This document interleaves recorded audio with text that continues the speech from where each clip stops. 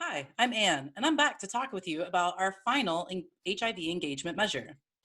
So, we talked about incidence, diagnosis, and retention. And in this video, I'm going to talk to you about in care viral suppression. Now, as discussed prior, for this measure, of all people living with HIV who were on ART, we want 90% to achieve viral suppression. And again, before we look at the outcomes, let's remind ourselves of where all this data comes from.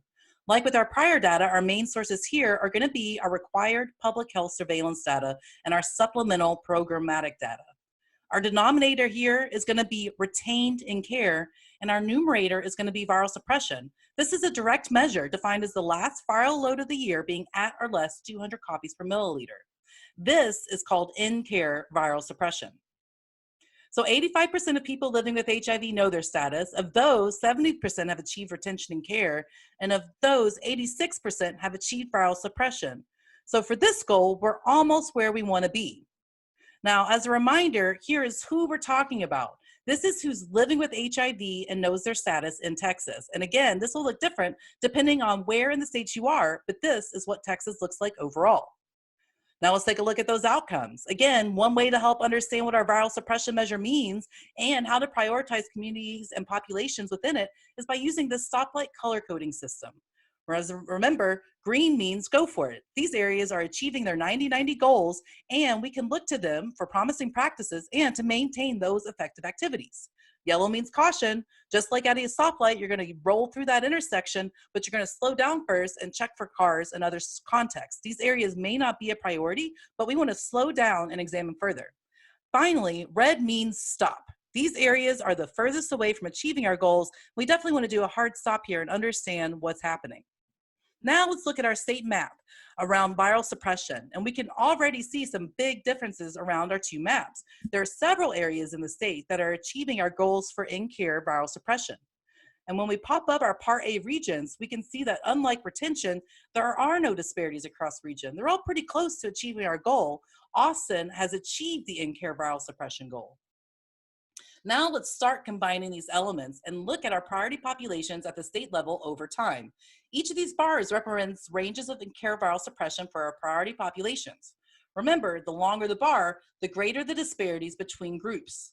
Now, everyone here is using the same denominator, retained in care, so we can look at all of our populations the same.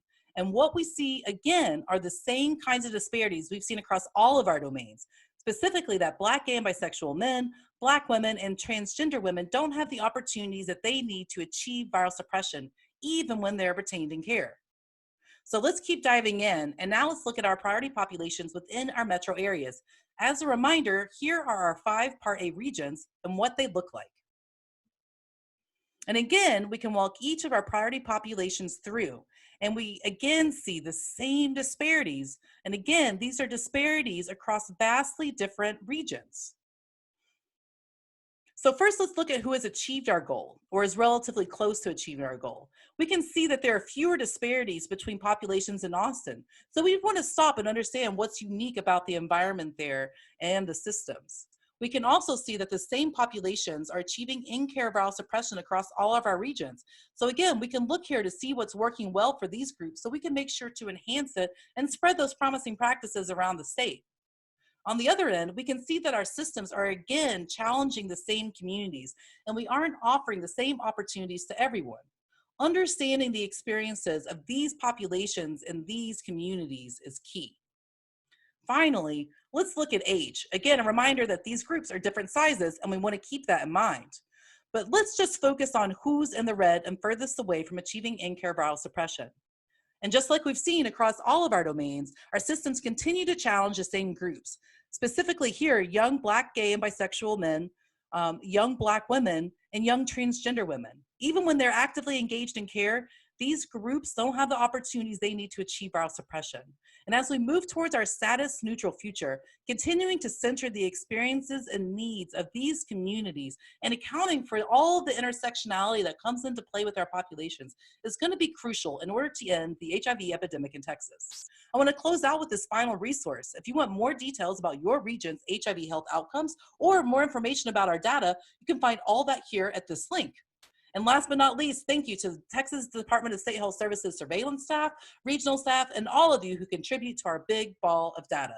Thank you.